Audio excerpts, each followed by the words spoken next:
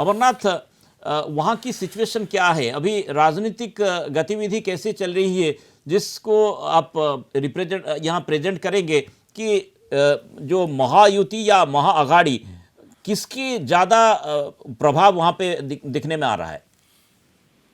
देखिए, सबसे पहली बात है कि मैंने कई बार फिर अपना बोला कि पहले था कि मतलब भाजपा और फिर अपना कांग्रेस और शिवसेना थी, लेकिन अब ऐसा पब्लिक के बीच में एक फिर माहौल बन गया कि शिवसेना की दो पार्टी है, शिवसेना की और एनसीपी की दो पार्टी है, तो उससे पब्लिक मतलब कहीं कहीं उलझ फिर अपना जाती फिर अब संबल में कि अरे अरे ये फिर शिवसेना कौन है, मतलब इसकी शिवसेना कौन है। तो जो भी दोनों पार्टियां हैं तो पब्लिक को समझाने में मतलब दिक्कत ज्यादा होती कि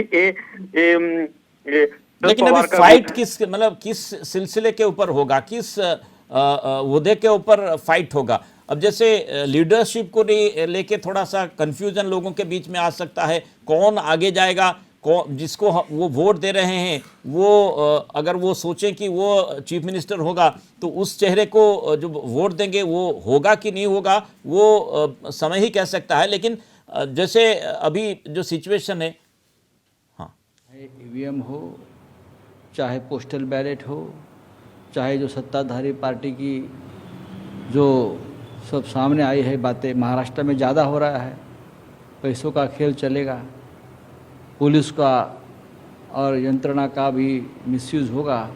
तो ये सब चुनाव आयोग अपने आप को अगर निष्पक्ष मानती है, अपने आप को मानती है, हम नहीं मानते, तो आपको ये करना पड़ेगा।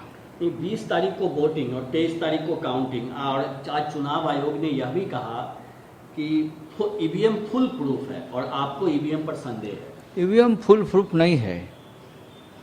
हम लोकसभा में कोई इस बारे में आक्षेप नहीं लिया था, चुनाव होने दिया, लेकिन हरियाणा के बाद फिर एक बार ईवीएम के बारे में लोगों के मन में शंका पैदा हो गई है। जो मुद्दे कांग्रेस पार्टी ने हरियाणा के बारे में सामने लाए हैं उसके ऊपर चुनाव आयोग अपना खुलासा नहीं दे पा रही है। एक सवाल सर, और जाहिर तौर पे चूंकि आप लोग का महाविकास आघाड़ी, क्या लगता है कि चुनाव में जो परफॉर्मेंस लोकसभा में आप लोग का रहा है वो विधानसभा में रिपीट होगा? उससे ज़्यादा अच्छा रहेगा महाराष्ट्र में, क्योंकि महाराष्ट्र में किसी भी हालत में सरकार बदलेगी।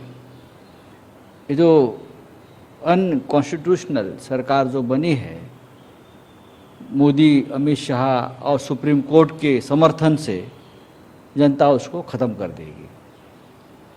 लेकिन जिस तरह से दो राज्यों में, झारखंड में और महाराष्ट्र में, क्या जो इंडिया ब्लॉक है मिलजुल के कोई समस्या नहीं है। महाराष्ट्र में महाविकास आघाड़ी इंडिया ब्लॉक है, कांग्रेस, राष्ट्रवादी कांग्रेस, शिवसेना, 3 पार्टी जैसे लोकसभा में चुनाव लड़े वैसे विधानसभा में एक साथ चुनाव लड़ेंगे। एक आखिरी सवाल सर, आपकी पार्टी कितने सीटों पर विधानसभा का चुनाव लड़ेगी? देखिए, ये आंकड़ों का खेल नहीं है, जीतने का खेल है। जो कोई भी अगर नाथ, जैसे संजय राउत बोल रहे थे कि महाविकास आघाड़ी मतलब सरकार बदलेगी, लेकिन जैसे वो हरियाणा निर्वाचन के बारे में बोल रहे थे, वहाँ पे ईवीएम को जैसे टारगेट कर रहे हैं कांग्रेस और इंडिया के जो गुट वाले हैं, अभी वैसे ही टारगेट ईवीएम को करेंगे, फिर भी वो सोच रहे हैं कि ये चुनाव जीतेंगे। ये कैसे संभव है?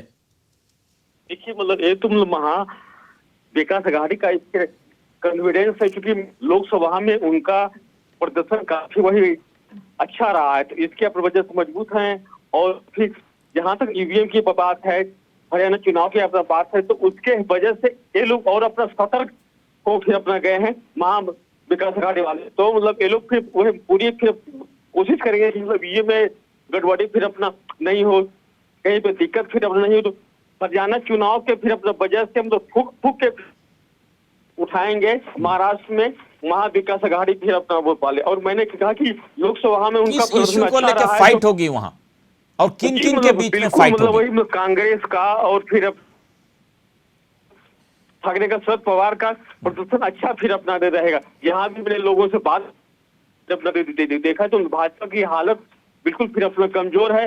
जो भी लोग हैं फिर अपना नए तरीके शिंदे से कोई भी अपना खुश अपना नहीं है। तो इस बार पूरी संभावना है कि मतलब महाविकास आघाड़ी की सरकार फिर बनेगी और 20 वोटिंग होगी एक ही चरण में पूरे महाराष्ट्र में और 23 नवंबर को वोट की शुरू हो फिर अपना जाएगी। तो आज से आचार संहिता लागू कर दिया गया था अपना बॉम्बे में। अब है कि मतलब इसकी कितनी रैलियां होती है, फिर अब किसका क्या है और कैसे फिर वही ये लुभाते हैं।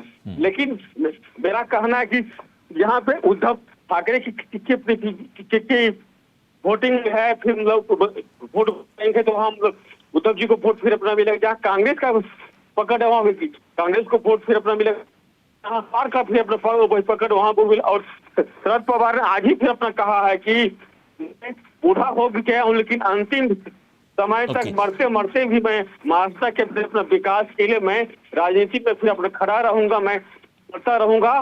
तो मतलब पूरी घटना को देखते हुए मुझे लग रहा है कि महाविकास आघाड़ी ही मतलब ये बाजी जीत पाएगी।